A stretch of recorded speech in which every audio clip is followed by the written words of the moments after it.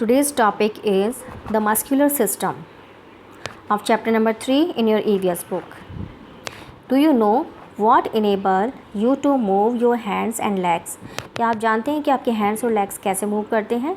It is because of the bones of and muscles in our body. ये हमारी body में bones और muscles की हेल्प से होता है. There are 650 muscles in the human body. Human body में 650 मसल्स होती हैं. Muscles help us in making even the slightest movement of the body. हमारी बॉडी में स्लाइटेस्ट मूवमेंट के लिए भी हमें हमारी मसल्स की हेल्प लेनी पड़ती है. It is the simultaneous working of two muscles that makes movement of the body. जब हमारी बॉडी में दो मसल्स एक साथ एक ही समय में वर्क करती हैं तभी हमारी बॉडी में मूवमेंट पॉसिबल है. The muscles of our body are attached to the bones with the help of strong fibers called tendons. हमारी बॉडी में जो मसल्स होती हैं ये बोन से अटैच होती हैं और अटैच ये स्ट्रॉन्ग फाइबर्स की वजह से होती हैं. ये स्ट्रॉन्ग थ्रेड के जैसे होते हैं जिन्हें हम क्या कहते हैं, कॉल्ड टेंडन्स. टेंडन्स कहते हैं इन्हें. Muscles work in two ways. Muscles दो तरीके से वर्क करती है, through contraction and second relaxation. सिकुड़ना और रिलैक्स्ड होना. Kinds of muscles, there are 3 different type of muscles in the human body. Human body में 3 टाइप्स की डिफरेंट मसल्स होती हैं. First is skeletal muscles. These muscles are attach to the skeleton of our body. ये हमारी body में skeletal से attach होती हैं. These help us in making various movement. ये हमारी बॉडी में वेरियस मूवमेंट के लिए हेल्प करती हैं.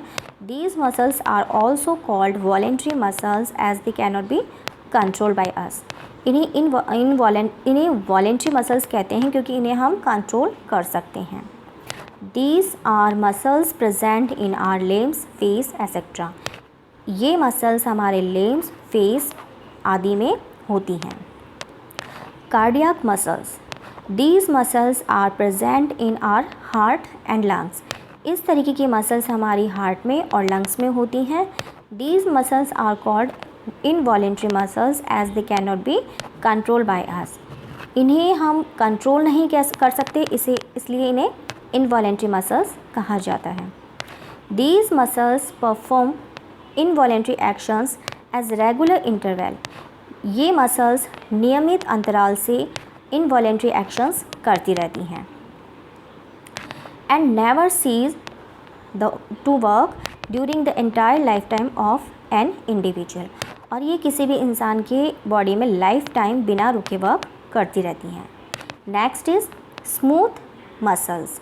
These muscles are found inside our stomach and intestine. ये हमारी बॉडी में स्टमक और इंटेस्टाइन के अंदर होती हैं. They are also involuntary in actions. और ये वर्क करने में इनवॉलेंट्री ही होती हैं. Next topic is the nervous system. The nerve system is of vital importance as it controls the working of all the other systems of the human body.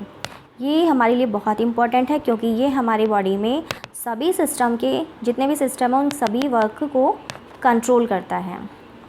The brain and the nervous and the spinal cord form the nervous system of the body. ये तीनों मिलकर हमारी body में nerve system make करते हैं.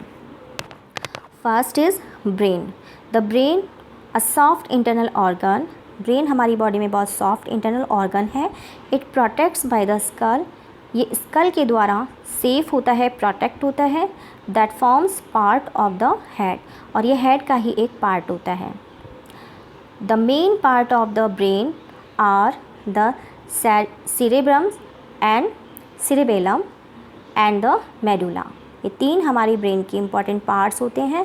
The wrinkle and dome shaped part of the brain that controls our eyes is called cerebrum. आप इस pick में देख सकते हैं एक रिंकल डोम शेप का जो पार्ट है ये हमारी आइज़ को कंट्रोल करता है, इसे सेरेब्रम कहते हैं. It is the largest part of the brain. ये हमारे ब्रेन का सबसे बड़ा पार्ट होता है.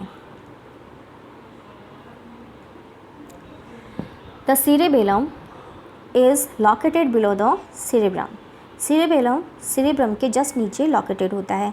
The action performed by the muscles of our body are controlled by the cerebellum. हमारी बॉडी में मसल्स द्वारा जितने भी वर्क होते हैं ये cerebellum द्वारा कंट्रोल किए जाते हैं.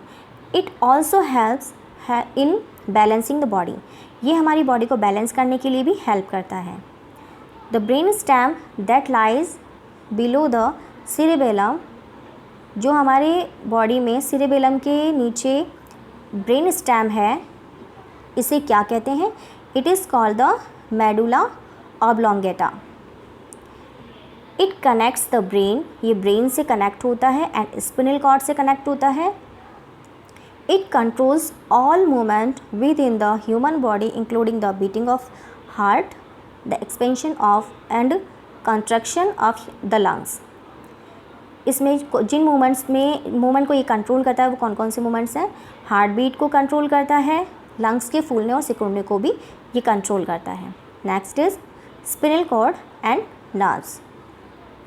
The spinal cord lies within backbone. Spinal cord backbone के अंदर होता है. It connects the brain to the rest of the body with the help of nerves. ये स्पिनल कॉर्ड ब्रेन को बाकी हिस्से से, बाकी बॉडी से जोड़ता है नर्व्स के हेल्प से. That transmit message to and from the brain. ये नर्व्स ब्रेन से आने वाले मैसेज और ब्रेन तक ले जाने वाले मैसेज को कैरी करता है, ट्रांसफॉर्म करता है. The messages are transmitted by two main type of nerves. ये मैसेजेस को दो तरीके से ट्रांसफॉर्म किया जाता है नर्व्स के द्वारा. First is sensory nerves, second is motor nerves. First, message from different part of the body are carried to the brain through the message. इसमें डिफरेंट पार्ट से मैसेज ब्रेन तक पहुंचाया जाता है. Second, the nerves that carry message from the brain to the region of action are called the motor nerves. इसमें brain से मिलने वाले मैसेजेस को डिफरेंट बॉडी पार्ट्स तक पहुंचाया जाता है. Next is the respiratory system. Respiratory system को बनाने के लिए कौन कौन से बॉडी पार्ट्स ज़रूरी हैं, कौन कौन से बॉडी पार्ट्स इंक्लूड किए जाते हैं? First, the nose, the wind pipe. Wind pipe को अनोदर किस नाम से जानते हैं हम लोग? ट्रैकिया. And pharynx. फेरिंग्स का अनोदर नेम होता है थ्रोट, यानी हमारा गला. नेक्स्ट इज लैरिंग्स और the voice box. Voice box को अनोदर किस नाम से जाना जाता है? लैरिंग्स. And the lungs compares the respiratory system. ये सब मिलकर रेस्पिरेटरी सिस्टम बनाते हैं. The process of respiration begins when we breathe in or inhale air through our nose. Respiration का जो प्रोसेस है वो कब शुरू होता है? जब हम ब्रीथ इन करते हैं, सांस अंदर लेते हैं हमारी नोज़ के through. The air travel through the wind pipe. इसके बाद ये एयर हमारे विंड पाइप के थ्रू होती हुई इनटू द लंग्स तक पहुंच जाती है. In the lungs oxygen present in the air is observed by the blood. इसके बाद इस एयर में जितनी भी ऑक्सीजन प्रेजेंट होती है इसे हमारे लंग्स में ब्लड द्वारा ऑब्जर्व कर लिया जाता है and carry to different parts of the body. और इसके बाद इस ऑक्सीजन को डिफरेंट पार्ट्स ऑफ बॉडी तक पहुंचा दिया जाता है. Oxygen riched blood is vital in gaining energy from food. अब ये जो ऑक्सीजन रिच्ड ब्लड है ये फूड से एनर्जी गेन करने के लिए बहुत इम्पॉर्टेंट होता है. The carbon dioxide produced in the body is carried by the blood to the lungs from where it is removed from the body when we breathe out or exhale. इसके बाद हमारी body में जो भी carbon dioxide produce होता है उसे हमारी बॉडी में से कैरी किया जाता है ब्लड द्वारा लंग्स तक. उसके बाद लंग्स के द्वारा इसे बाहर निकाल दिया जाता है. जब हम ब्रीथ आउट करते हैं, जब हम सांस बाहर की तरफ निकालते हैं तो ये हम कार्बन डाइऑक्साइड को हमारी बॉडी से रिमूव कर देते हैं. The respiratory system is of vital importance as. Respiratory system का एक बहुत इम्पॉर्टेंट रोल ये है that oxygen helps in breaking down the food absorbed by our body to release energy needed to carry out various bodily activities. कि oxygen द्वारा food को break down किया जाता है और हमारी बॉडी द्वारा ऑब्जर्व किया जाता है, और इससे मिलने वाली जो एनर्जी होती है वो हमारी बॉडी एक्टिविटीज़ के लिए बहुत ज़रूरी होती है। The respiratory system also help in removing carbon dioxide which is a waste formed inside the body.